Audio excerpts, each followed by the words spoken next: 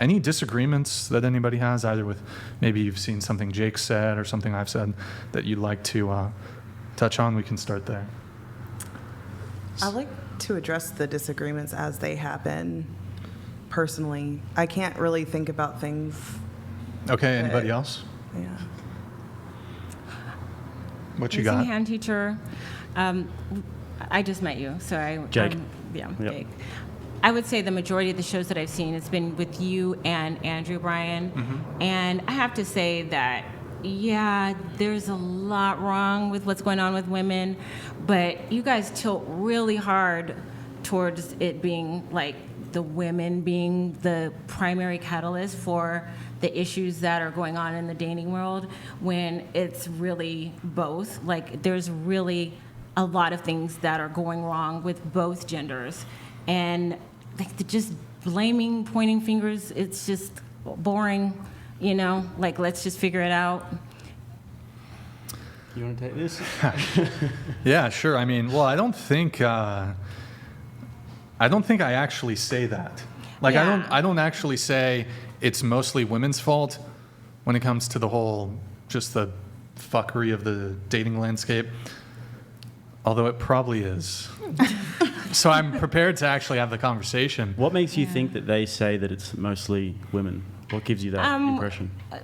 Well, because the majority of the panelists, the majority of the panelists are women, and admittedly, some are very unfortunate in their thought processes, but I don't see men at this table who are also dumb and make dumb choices. It seems to just be like primarily the women. What do you think are some of the dumb choices that men make? What are some of those things you're talking about? There's so many. Just a few. Well, I would say, for one, doom scrolling Instagram for what they think the woman that they want. Listening to old people tell them that relationships and marriage aren't worth it. Spending too much time on devices. No social skills. Not being able to communicate, read body language, actually interact. And I think certain antiquated ideas about how this whole thing works with couples. Like, I think that there's a lot of, I don't know, on both sides, there's just some really outrageous expectations that I think So just we need quickly, to bring down to with the the first reality. few, you've got doom scrolling, you've got unable to communicate, read body language, these sorts of things. When do the people on this show espouse those sorts of behaviors that they're correct? No, I'm not. That's not what you asked me. You asked me what are some of the problems the men are having. Yeah, but I'm then- making a bigger point. You said that they're primarily blaming women, which No. would mean that they're enabling the bad behavior of men. At which point have they enabled bad behavior of men or encouraged it? It's more of like an example, like exemplary, so it's implied. So there's things that are actually said, and then there's things that are implied. So when the men come on, it seems to be that they're going after the women. I haven't really seen them go after men with the same energy, except for there was like two guys who were in the porn industry, and they kind of ripped them. That would be a good example. Yeah. So, but for the most part, it's mainly the women and directing what men think is wrong with Do you think women. maybe it's because with the women they invite a broader cross-section of the population of women, so they get all different perspectives, whereas the men tend to, generally speaking, think a reasonably similar way? If you get like a guy like myself, Andrew Wilson, Charlie Kirk, guys like this, we all have a reasonable, with a lot of disagreements, we have a reasonably similar worldview, whereas with the girls there's a lot more to pick apart because you guys are all so different. There's like 10 of you. So you think there's just more subject matter there? I don't know. I never thought about that. Yeah, because, I mean, there are a lot of issues with guys and girls. I think with guys, one of the biggest issues is porn, overconsumption of internet porn, and like you said, doom scrolling, lack of motivation, ambition. But, there's a lot of societal factors that encourage this. There's also a lot with women, but I think it's just brought to the forefront more because there's so many of you. So you're saying that like more men are suffering from these things, so it's like pretty much the same. But wouldn't it be kind of interesting and good if more men would come to podcasts like this and express what I their think that frustrations generally are to an actual speaking, woman? men in their own social circles like hash these things out with each other. There's not really much of a need for it because the world tells us these sorts of things. If Brian was doing something absurd, I'd just tell him, hey, Brian, you're doing something crazy. But generally with women, I think you guys tend to be much less accountable to each other and to yourselves. Like we see women who will say, I'm a 10, I'm a 10, I'm a 10, I'm the best thing since sliced bread. But with guys, we just don't act like that because we really can't afford to, or else the world would just punch us in the face. So men are conditioned to not have confidence? That's not confidence, that's delusion. If it's false, what you're saying, then it's delusion. Okay. It's a bit different because like guys, like my closest friends are my two brothers, and the level of competitiveness that we have with each other is, you guys would probably cry if you heard some of the conversations that we had with each other because it's just so honest and accountable. So I can't really get away with older it. brothers. And Yeah. even though I am a woman, I do understand. Yeah, 100%. But there's certain, and also just in this is something that Jordan Peterson says a lot, if you guys ever listen to him, that men tend to operate within a structure where there's physical consequences if it gets to a certain point. So if I say something to a guy, it can escalate to a point where there's going to be physical consequences. So generally we tend to regulate our relationships, which regulates ourselves and our level of delusion and how rude we can be, etc. But women, unfortunately, don't really have the same thing. So it's interesting when the opinions are expressed. I have a question, like going back on it, maybe. I feel like there's a bunch of ways you can interpret, like rate yourself 1 out of 10. I feel like there's many ways you can interpret it. And, you know, there's the way, what do you think, like walking down the street, like what would you view me as versus like what do I see myself as? Because I would rate myself like higher because I have confidence within myself to dress how I want. I'm growing with my career. Like I do those things. So I view myself as like I'm expressing how I'd like to. But maybe you can interpret the question of like, because I don't think that's delusion, you know, like expressing yourself how you want and all of those things and viewing that as like a 10. But let's say... I think that the kind of the definition of delusion is if you view yourself in a way that's not compatible with how the rest of the world sees you. Well, because we have to regulate in society what is real and what isn't. And then when somebody sees themselves as a 10 and in societally, objectively speaking, there may be a 6 or a 7 or somewhere probably in the middle of the bell curve, then that would be delusion. Now, there's nothing wrong with having self-confidence and self-respect. That's a fantastic thing, and having intrinsic dignity. But I think that if you are actually a confident person, then you're confident enough to say that, you know, I'm a 6 or a 7, or I'm not the best thing ever. Because a 10 is a remarkable feat. If you ever see a 10, you look 3 times. Correct. I could see that. Yeah. I mean, obviously everyone has different types and all of these things that could contribute to like, you know, I might be like that person's a 10 and you might be like that person I wouldn't even say hi to, you know, and obviously those things. And there's definitely subjective interpretations, and you know, it's a very hard question. I might like Eastern European girls, and another guy might like Latin girls. We might see them very different, but generally speaking, when we're looking at rating ourselves, it's on a global sort of scale. Like, and we can get a reasonably accurate estimate of where we think we are. I could see that. But also, this is just another thing as to why it's more interesting when girls flesh out their proper worldviews, is because you guys get a lot more male attention. Like if you're a pretty girl and you have an Instagram and you post some nice photos, you're going to get a lot of attention from guys. Of course. But us, I mean, I've got a big YouTube channel that's like nearly 700,000 subscribers. I only ever get men who inbox me, you know, guys who say, I like what you do.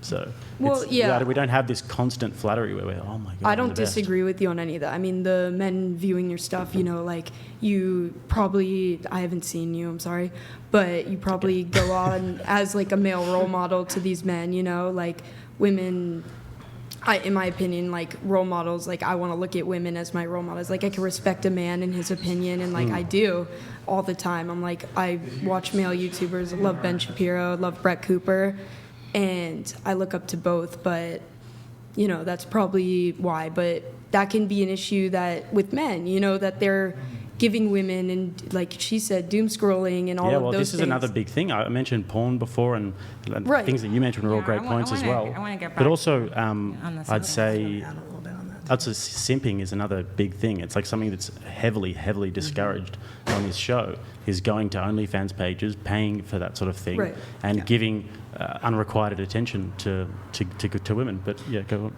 Yeah. So I wanted to say that you might personally not have a lot of women coming to your Instagram page because of your platform and what it is that you're shooting for. But look at all these muscle guys who are like advertising how they can do 100 pull-ups and 60,000 squats.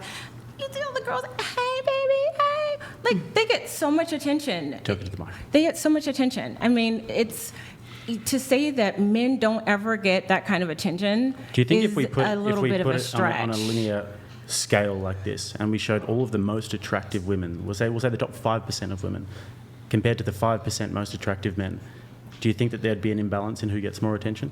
You know what? These days, I would have to say no. I'd say maybe 1 or 2% skewed more to the women, but I'd say it'd be pretty even. I'd say I that do. the top 5% of women would just get a constant influx of absolute just simping diarrhea going their way. The men get all that day, too. every day. Throwing of guys. panties left and right. You're talking Maybe if about you're the if you're top like a rock star in 5%, the 1970s, but you don't even have to be the top 5%. I know this. Hmm. And you get a lot of attention all the time. I would say that Essentially the amount regardless. of attention that a pretty girl gets on Instagram you could liken that maybe to Elvis Presley in his prime, with the kind of attention that he would get, because it was global. You had lots of different women from all around the world every time. I don't think you ever went overseas, but lots of different women all around the world. But with girls, some of these girls have hundreds of thousands, millions of followers, and it's global. They've got this fan base. Like the Buddha never had this sort of a cult following, or any of these historical figures. Gandhi never had this much Are you of a kidding me? following. What about Prison Bay? Remember Prison Bay? What's Prison Bay? That might be a bit beyond my time. Prison Bay was literally a guy who was in prison, but took a mugshot, very good looking. I think He exploded. Now he is yeah, an the international model guy. model, and he's dating an heiress. So He's dating who? Who's he dating? some heiress. So the last I checked, I mean, he left his family. Apparently, he was married at the time, so he left his wife and kids because the internet and the whole world told him that he was fine, and so he decided to live Yeah. his dream. And Can I just say, just quick little show of hands, does anybody here agree that the top 5% of men would get the same amount of attention as the top 5% No. of women? Not at all. Not at all. No, You think that they would?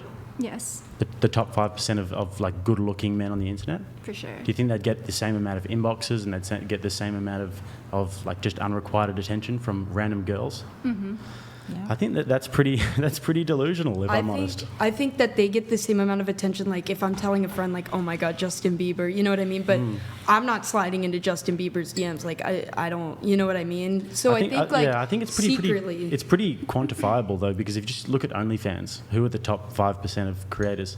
Who are the top 50%? You struggle to find a guy, maybe a few male I porn think it's stars. also like socially predictable that men always look and scroll and comment, where like when you go onto even like a better looking guy's page and you scroll through comments, it's almost like cringy when women It is. Yeah. It's it not is. really It's socially a different accepted. social acceptance. yeah, because for sure. Yeah. because men are hunters, so like they're always the ones going after women, whereas like when a woman does it, it's very like distasteful. Yeah, I'd say that's probably the best point that could be made in regard to this, is that women do it behind closed doors. They talk with their girlfriends, Right. oh, this guy's so hot. this- or this- but it's- directly like to the man, but not publicly. Yeah, like if right. if you're talking to somebody, then you'll like tell them they're handsome or Yeah. whatever, but you're not going to do it publicly. I actually think the percentage would be not even close, Yeah, I would say so too. honestly. I approach people publicly all the time, like on Instagram. But you're one out of how many women? That's why it's not an even score. She's saying. Wait, so I do want to come back to what you're saying. And I'm no idea what's going on with the TTS, not working. So I apologize, guys. We'll try to get it figured out. So your argument was what, essentially? You're saying that men and women, when it comes to their difficulty interacting with the opposite sex, is about equivalent, or what was your argument? No. He was talking about in terms of like attention and attraction on Instagram. He was asking me if he thought that the attention that the women got was equal to the men. And I'd say that with the women, maybe there's a few percentage more, but pretty much it's half and I half. think he said that in response to Yeah, an so original. the- I think that he said that in response to original point you made. What was your original point? I'd like to address it. Oh, The original it's been critique too was long. that What was she that? thinks that we like the podcast tends to skew more towards No. blaming women for the dating problems. No. So you were making another argument, essentially kind of saying dating is about easy. It's like easier for men, or what was it? No, I didn't say that. Can I add something to it? No. I want to get back I to think her the question. conversation. I think what her argument was saying how there men have issues too. Like at the beginning, she was giving examples of what men do wrong in relationships, and she's also expressing that you guys kind of Okay, I think, please just allow me to get this through. So I think you were saying something along the lines of the men get about equivalent romantic and sexual attention that women get. I was talking specifically about Instagram, though. Are you sure? Yes. No, It was before broader. that. I used Instagram as an example. I'm pretty sure Jake was using that in response to something you said. So just what's your actual position? Yeah, that my actual- men and women receive about equivalent sexual and romantic attention? No, absolutely not. Am That's not I my being position. gaslit here, chat? No. Can somebody in the chat So- please tell me what she said? Earlier, she was saying that they're essentially, not that men aren't being held accountable, but because it's mostly women here, y'all address the issues with women, but we don't hear so much the other side of it. And I wanted to interject and say a lot of people say the 70% of divorces are initiated by women, but when you take out certain statistics, and I think this is probably where you were going along with this, if you take out abuse, if you take out infidelity, the 70% isn't exactly 70-30. It changes. Depends what you mean by abuse, though, because if you look at what the Psychological Association says about abuse, Yeah. it's like it can be things like gaslighting. So Brian could divorce Yeah. me if we were gaslighting him about the chat or anything like that. You know, it could, Yeah. there's a bunch of different things. Emotional abuse is a big umbrella term. But so- even if you took that 23% and you just like cut that in half, because it was like 23% was because of abuse, cut that in half because like, or even a third, because like you said, you can say abuse is whatever. It still changes the statistics a little bit. So I think it's a little exaggerated, and I think it kind of honestly panders to men who don't want to take accountability. I think accountability is an issue like across the board, more so with women, but there's also a lot of men who also lack accountability. Well, I mean, the statistics would still be far in favour of women breaking up the families and breaking up divorces. But I mean, it also blows out to like 90% when you look at college-educated women. Yeah, the higher It's- education level, yeah. It's much higher. So I think that statistic in itself says a lot about the dynamics in a marriage and what I think works it's and what doesn't indoctrination in the in the education university system. Yep. And also in terms of hypergamy, because college-educated women who earn a lot of money and have very successful careers are much more likely to look elsewhere if they feel the man isn't above them. If they feel the man is below or equal, much more agree. likely to look elsewhere. I think men tend to need I don't think this is controversial. Men need a father figure, and I think that men tend to look up to people, and men that look up to you. Like I like some of the views. Like I could kind of get an understanding when you relate it to like maybe Charlie Kirk or something. And then men tend to copy like people that they like. So men online might see that person. Like there's a percentage of men that look up to you, kind of follow your sort of guidelines when it comes to dating.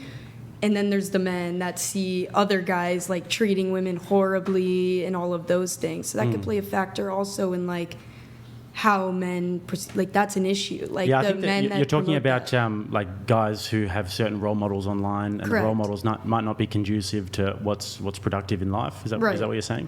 Yeah, but I think that particularly with this podcast, it gets a bad rap in that regard. That it somehow doesn't sort of cater to that message. But if you look at a guy like Andrew, who's on all the time, he's got 5 kids and he's happily married and he's contributing to sort of the apparatus that is of the healthy society. You got guys like Charlie Kirk, he's married with kids and Right. they're having these conversations. So back to your critique about the podcast, I would ask what exactly are the messages that you think that are being told on this podcast, or how do you think men are being fed a message that lacks accountability, if you will? Well, I would say that men do tend to go harder. They'll be blunt, you know. There's definitely a shorter amount of time to tell it straight than beat around the bush, right?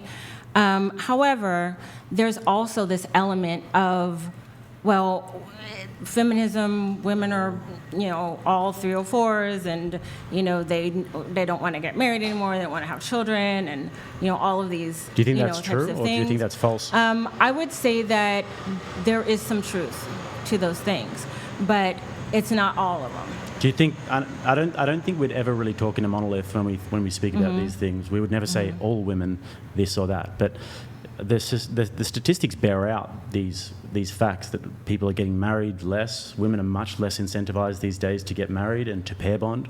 That's why I think this podcast is particularly interesting. But it gets written off a lot because what we're talking about here is dating, and people might think, oh, dating. I do have whatever. some good news though. But just 1 second. When we're talking about dating, that's pair bonding. This is like the seeds of what then creates a flower, which is a family, and then hopefully a thriving jungle, which is a society of happy families, and the nuclear family, and this and that. So this is why Kevin this donated $18. nearly. No, this is why this podcast, I find it very fascinating and interesting, is because we're kind of like reaching around in the dark and wading through the dark and trying to figure out the dating market, which is where we pair bond and what eventually creates a healthy society. So it's why it can be very chaotic at times. Well, the good news is that divorce is actually down 18%. Since? They did a study, the census did one, it was way back in 2016. It came up on my feed. It said Red Pill was wrong about divorce, and so it was a whole Doesn't sound contrived collage. at all. No, but then I double-checked because they did attach a link to the census, and so I was able to look at the report myself. And divorces are down, and get this, it's because millennials saw their Gen X boomer parents getting divorced all over the place, and they said they didn't want to do that. Yes, there are less I'd be very marriages interested to see the happening. numbers of this, because I think Yeah. that what you're probably talking about, I would hesitate to guess, but I'm going to guess anyway, is that you're talking about new marriages on a shorter time scale, and it's not over Yes, the we're talking lifespan about of a new marriage, and they're saying that these millennial marriages are lasting beyond 5 years. Millennials are only like 31. No, millennials starts at 1980. 38, isn't it? Yeah. Yeah, 38, millennial starts at 1980. Yeah. So then, Divorces could be down though because less people are getting married. Is it like based on a percentage of you take 10 people? Yeah. Like Less- that's a big factor too. Less people getting married, obviously less people getting divorced. And who's to say they're not going to get divorced in the next few years? yeah, Yeah, divorces I tend was to gonna happen. say, aren't we comparing it to studies with like much more longevity than what we're talking about now? We're talking about just 5 years in comparison to studies of like 30 plus years. Exactly. A consensus from 2016 is almost a decade, so I don't really know how relevant that is to now.